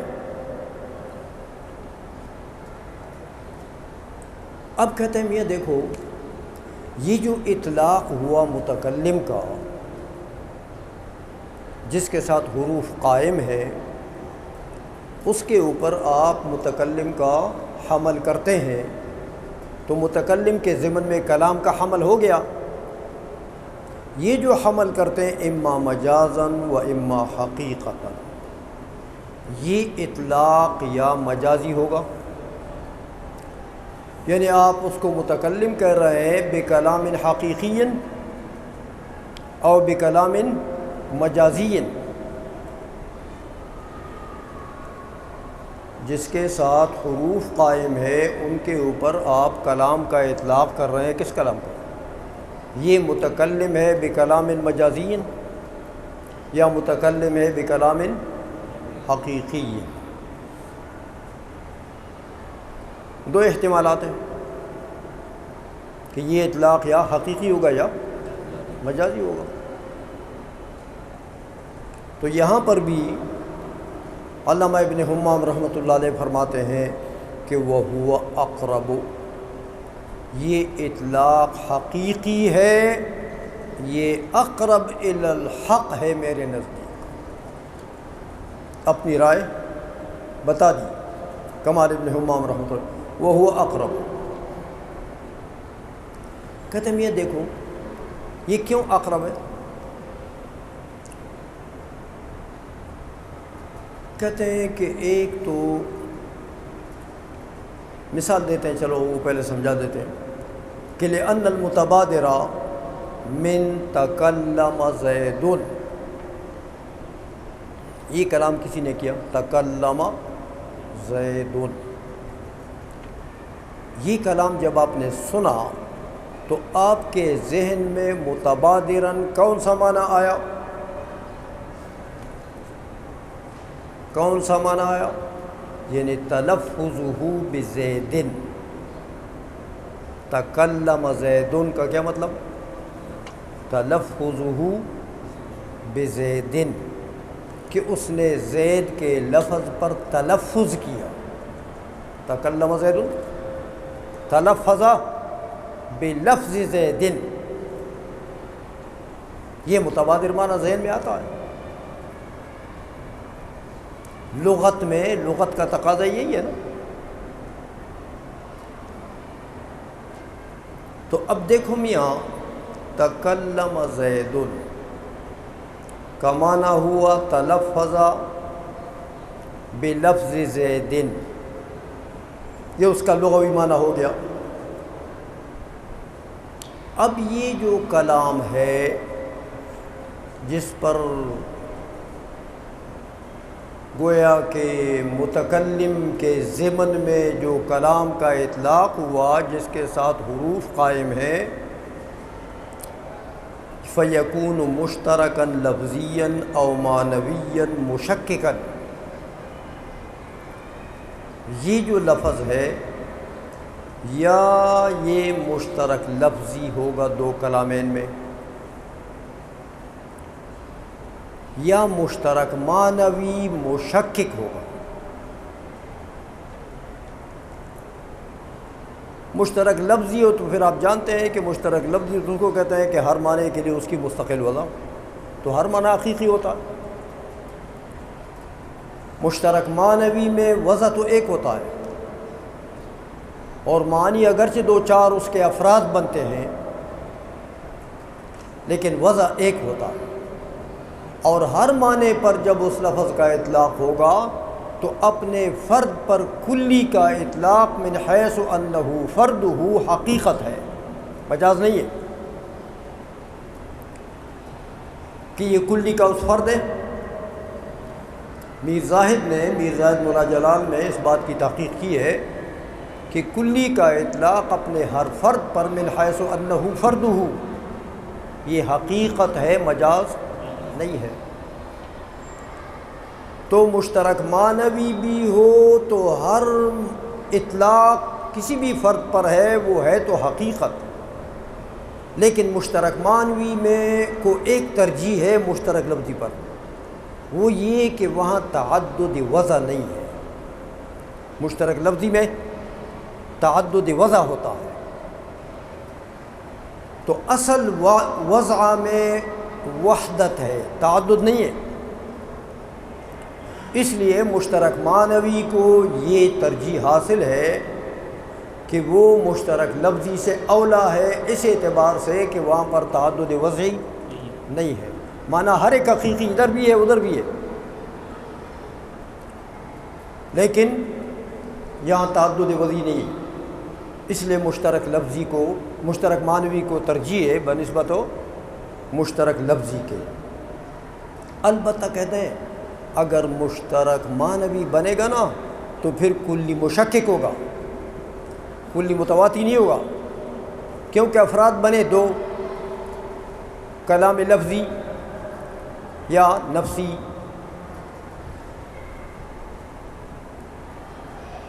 تو آپ دیکھیں کلام کا جب اطلاق ہو جائے تو اس کا متبادر معنی کون سا ہوتا ہے؟ اولا معنی کون سا ہوتا ہے؟ کلام لفظی۔ تو جو کلی اپنے افراد کے اوپر محمول ہو لا علی السویہ، اس کو کیا کہتے ہیں؟ کلی مشکک۔ اس لیے ایک فرد کے اوپر اس کا اطلاق اولا ہے جو کلام لفظی ہے، اور دوسرے پر اس کا اطلاق غیر اولا ہے۔ سمجھ آ گئی ہے؟ اس لیے مشکک کہہ دیا کہ مشترک معنوی مانو گے تو متواتی نہیں ہے، مشکک ہے کہ ایک فرد پر اس کا اطلاق اولا ہے دوسرے سے۔ اس لیے فرمایا کہ بناء علی ان الکلام مطلقا اعم من اللفظی والنفسی، مطلق کلام کا جو لفظ ہے یہ تو عام ہے، کلام نفسی کو بھی مشتمل ہے اور لفظی کو بھی مشتمل ہے، دونوں پر مشتمل ہے۔ سمجھ میں آ گئی ہے؟ تو اس لیے فرماتے ہیں کہ میاں مشکک ہے اور مشترک معنوی ہے، یہ اولا ہے کہ اس میں ہر معنی پر اطلاق، ہر فرد پر اطلاق حقیقت بھی ہے اور وضع میں تعدد بھی نہیں۔ اس لیے فرماتے ہیں وَهُوَ الْأَوْجَهُ، وَهُوَ الْأَوْجَهُ، کہتے ہیں یہ اوجہ ہے کہ آپ اس کو مشترک لفظی لیں اور مشکک لیں۔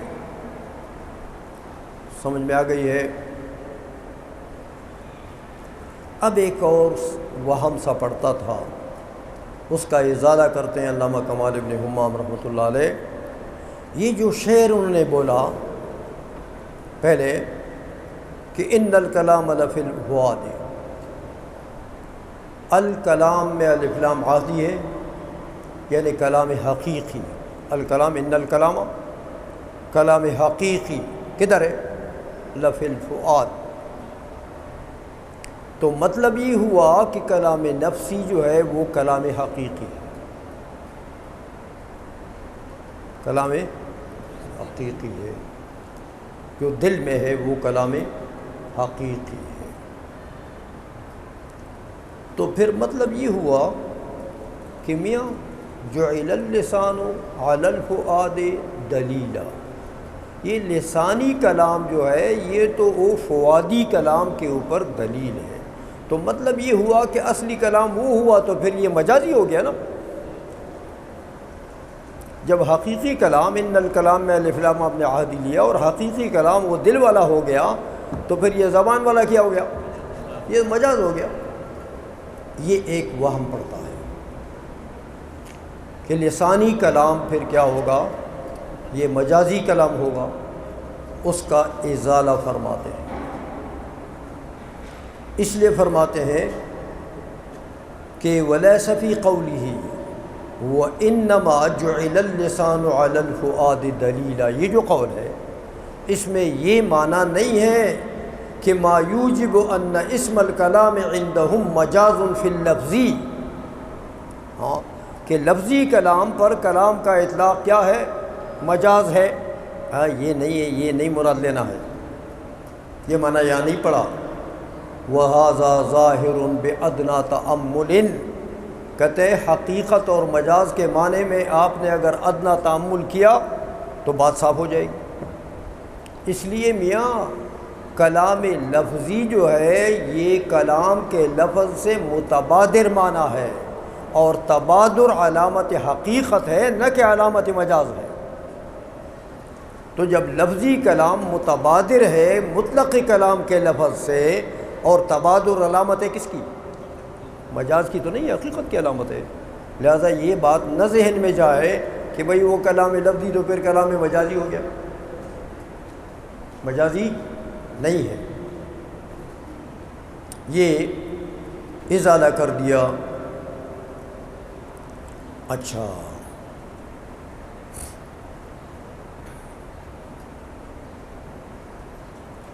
آگے فرماتے ہیں کہ دیکھو میاں وَكَيْفَ كَانَ لَا بُدَّ فِي مَفْهُومِ الْمُتَكَلِّمِ مِنْ قِيَامِ الْمَعْنَى الَّذِي هُوَ الطَّلَبُ وَالْإِخْبَارُ بِنَفْسِهِ وَلَوْ تَلَفَّظَ،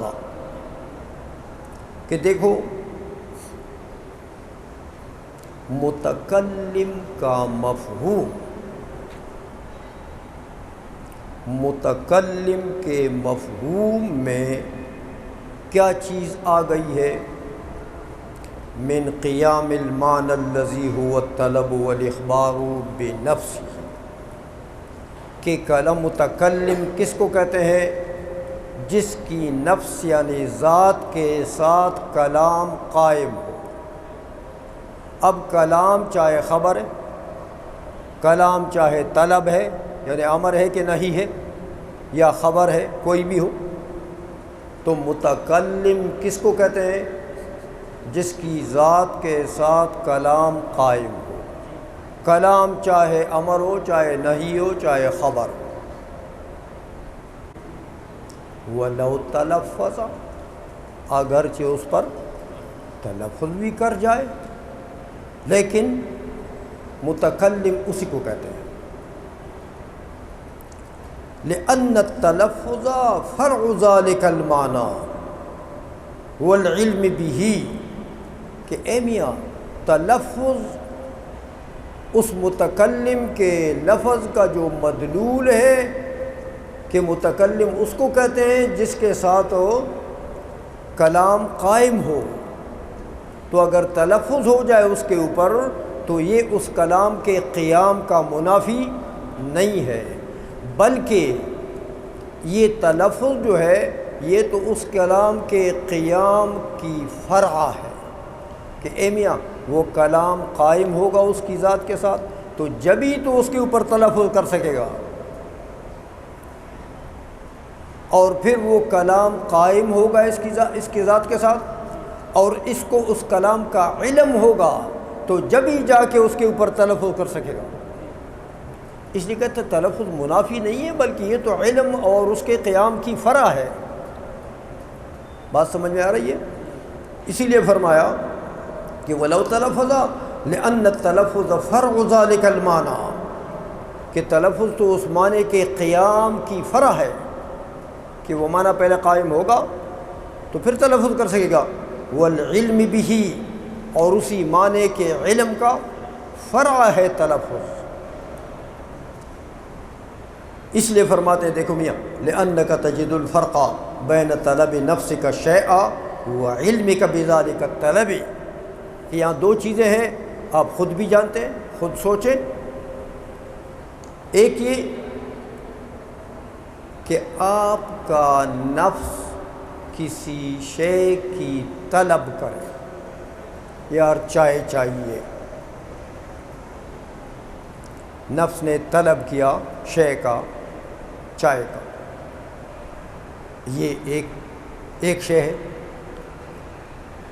دوسرا وَعِلْمِكَ بِذَلِكَ الطَّلَبِ، کہ وہ جو آپ نے طلب کیا نا چائے کا، اس طلب کا آپ کو علم بھی ہو، تو کیا دونوں میں فرق ہے کہ نہیں ہے؟ اس لیے اگر آپ نے اس کو سوچا تو آپ کو خود پتہ لگ جائے گا کہ میاں دونوں چیزوں میں ہاں طلب اور طلب کا علم دونوں میں فرق ہے۔ طلب معلوم ہے اور اس کا علم، اس کا وہ علم ہے، وہ معرفت ہے، وہ ادراک ہے، اور عین طلب تو ادراک نہیں ہے، وہ تو معلومات میں سے از قبیل معلومات ہے۔ اچھا، ثم ہوا کی ضمیر قیام المعنی کی طرف جا رہی ہے، جس میں کلام ہے۔ سمجھ میں آ گئی ہے؟ ثم ہوا، پھر وہ معنی جب قائم ہوگا تو وہ معنی کیا بنے گا؟ وصف کمال، وہ معنی صفت کمال بن جائے گا۔ وہ معنی جب قائم ہوگا تو وہ معنی کیا بنے گا مقام بھی کے لیے؟ صفت کمال۔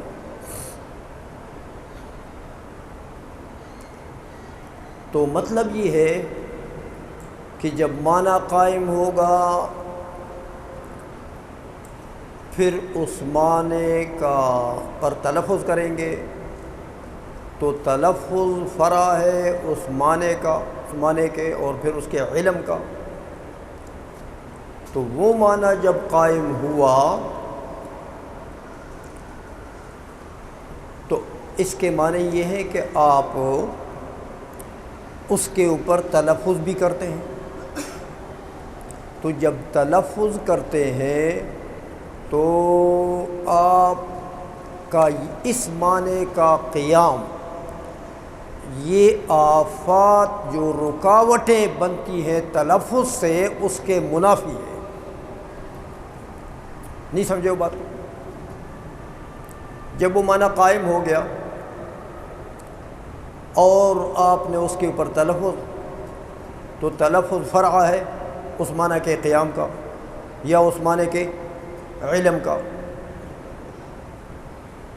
تو جب آپ تلفظ بھی کرتے ہیں اور وہی معنی قائم ہے اسی لیے آپ تلفظ کر سکتے ہیں، اگر یہ معنی قائم نہ ہوتا تو آپ اس پر تلفظ کر سکتے ہیں۔ تو جب تلفظ آپ کر سکتے ہیں اس معنی کے قیام کی وجہ سے، پتہ لگا اس معنی کا قیام جو ہے یہ ان آفتوں کے منافی ہے جو آفتیں رکاوٹ بنتی ہیں تلفظ میں، اس معنی کا قیام یہ منافی ہے۔ اس لیے فرماتے ہیں ثم ہوا وصف کمال ینافی الآفتا، ان آفات کے منافی ہے یہ معنی جو آفات تلفظ سے، تکلم سے موانع بنتے ہیں۔ تو میاں اب یہ معنی قائم ہو گیا، اس پر تلفظ بھی اس معنی پر کر سکتے ہیں اس قیام کی وجہ سے،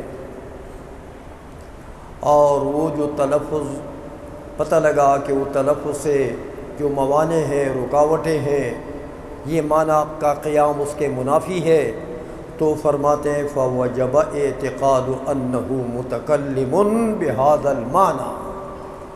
اب یہ اعتقاد واجب ہو گیا کہ جب یہ معنی اس کے ساتھ قائم ہے تو میاں اس معنی کے ساتھ وہ موصوف ہے اور اسی پر کلام کر رہا ہے، تو متکلم بذالک المعنی ہو گیا نا۔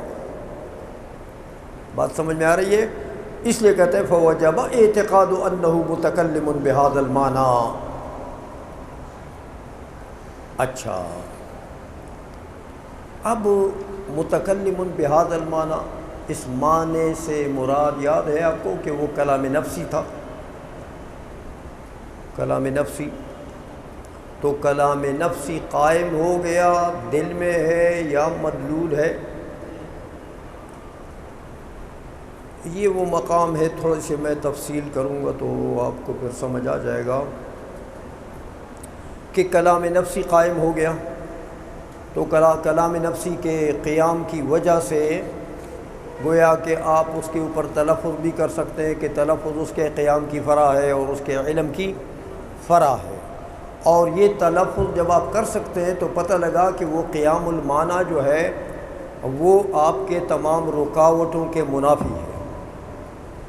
تلفظ میں جتنی رکاوٹیں ہوتی ہیں سب کے منافی ہے۔ تو وہ جو کلام نفسی ہے وہ قائم ہو گیا، تو آپ نے اس کو تلفظ کی دنیا میں بھی لایا، اس پر تلفظ کر لیا۔ اب یہاں یہ بڑی معرکۃ الارا جگہ ہے، اس کو ذرا طریقے سے سمجھنا پڑے گا کہ کلام نفسی اصل کلام ہے جو باری تعالیٰ کی ذات کے ساتھ قائم ہے۔ یہ معنی کا قیام ذہن کے ساتھ ہو گیا، ان الکلام علی فی الفؤاد، یہ تو سمجھانے کے لیے باتیں ہوئی نا۔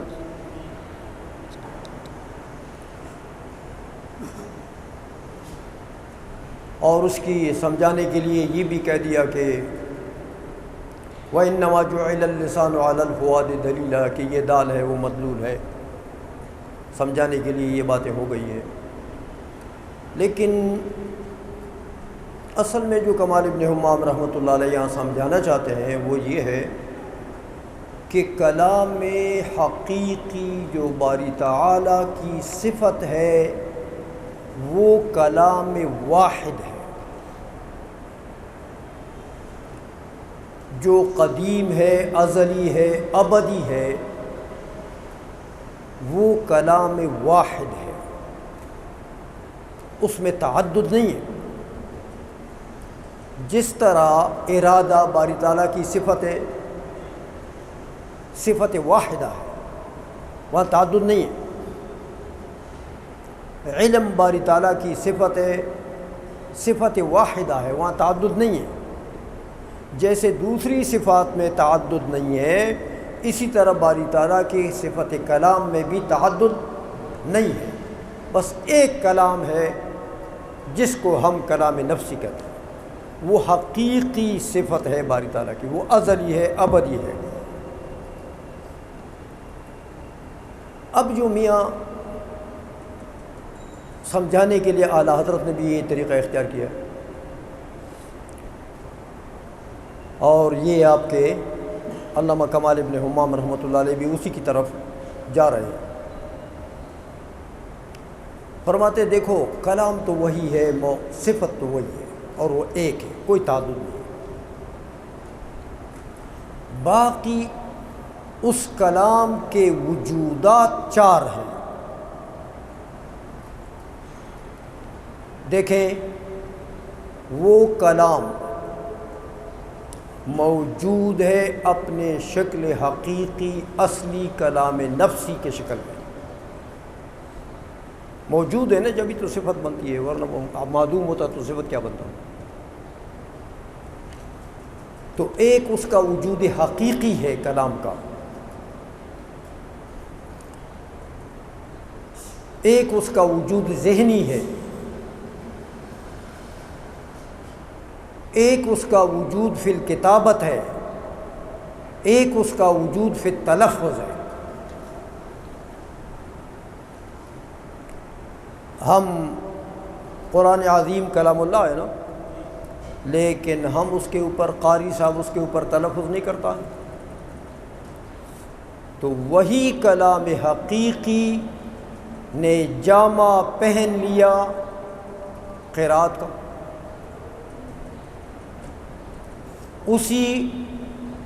وہی کلام حقیقی آپ قرآن کریم میں لکھتے ہیں کہ نہیں لکھتے؟ مکتوب فی المصاحف ہے نا، تو اسی کلام حقیقی نے جامہ پہن لیا کتابت کا۔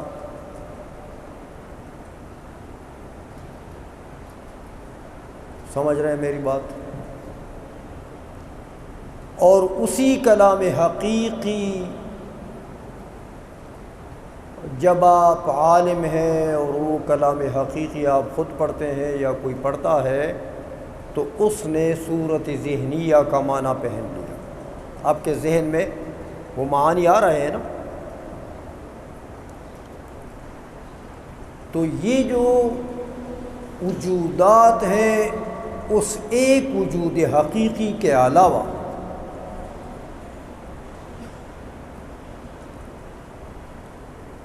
وجود کتابی ہے یا وجود لفظی ہے یا وجود ذہنی ہے، اعلیٰ حضرت نے بھی یہی فرمایا، اور یہ بھی جا رہے ہیں اس کی طرف کہ ان کو ہم تعینات کہہ سکتے ہیں، ان وجودات کو کیا کہہ سکتے ہیں؟ تعینات۔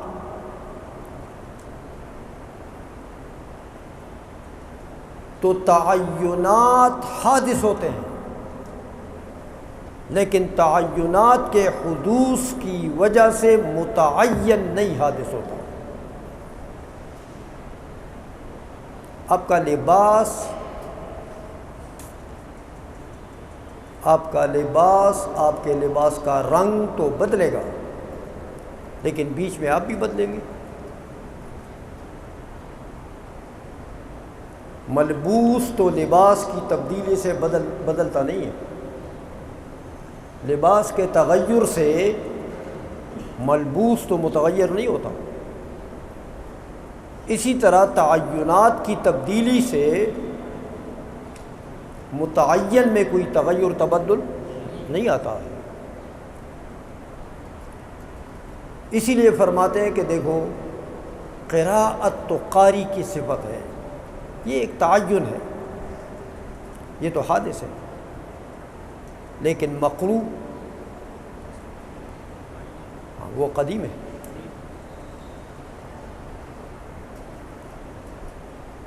اسی طرح کتابت تو کاتب کی صفت ہے، تو کتابت تو حادث ہے لیکن مکتوب قدیم ہے۔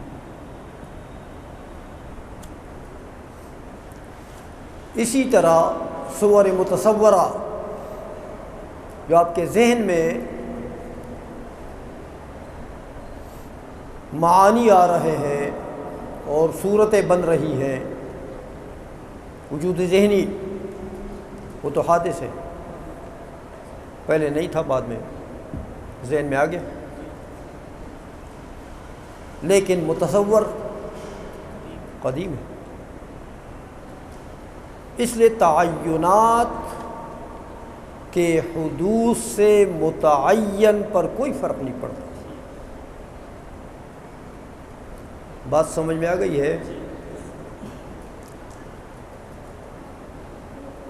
اسی لیے علماء فرماتے ہیں کہ میاں دال حادث ہے لیکن مدلول قدیم ہے۔ قرات جو ہے یہ قاری کی صفت ہے نا، تو قاری بیچارہ خود حادث ہے تو اس کے صفات بھی حادث ہوں گے۔ یہ بات سمجھ آ گئی ہے؟ یہ ایک بہت باریک سا مسئلہ ہے جس کو متکلمین اس طریقے سے سمجھاتے ہیں کہ تعینات الگ چیز ہے، متعین الگ چیز ہے۔ تو وہ جو متعین ہے، جو مقروء ہے، جو مکتوب ہے، جو ملفوظ ہے، وہ قدیم ہے اور وہ ایک ہے بس، اس میں تعدد، اور وہی باری تعالیٰ کی صفت حقیقی ہے اور وہ ازلی ہے، نہ یہ تعینات۔ یہ تعینات کا تو تعلق ہو جاتا ہے تو تعلقات حادث ہوتے ہیں، کبھی ہوتے ہیں کبھی نہیں ہوتے۔ اتنی بات تو میرے خیال میں آپ سمجھ گئے ہوں گے اب۔ اس لیے علامہ ابن حمام رحمۃ اللہ علیہ فرماتے ہیں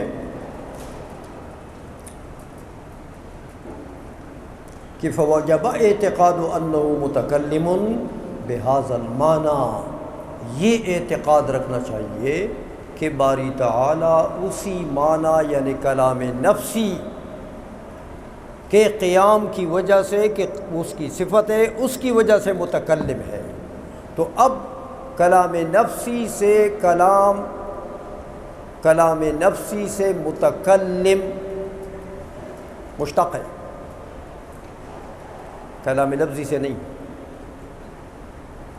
تو وہ متکلم بکلام حقیقی ہو گیا، متکلم بکلام حقیقی۔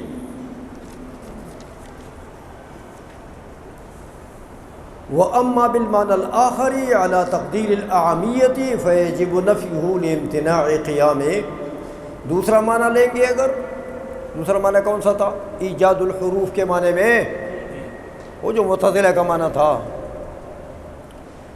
اگر وہ معنی لیں گے میاں اعلیٰ تقدیر العامیت، اگر اس کو عام بھی فرض کر دیں تو میاں فیجب نفیہ، اس معنی میں متکلم کی نفی ضروری ہے، لامتناع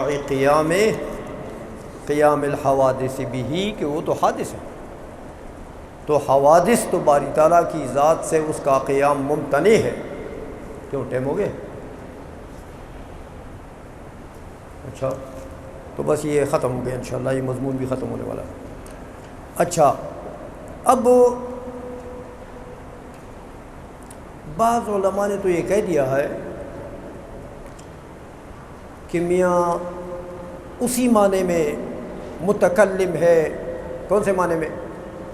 ایجاد الحروف کے معنی میں جو کلام آتا ہے اس معنی میں متکلم ہے.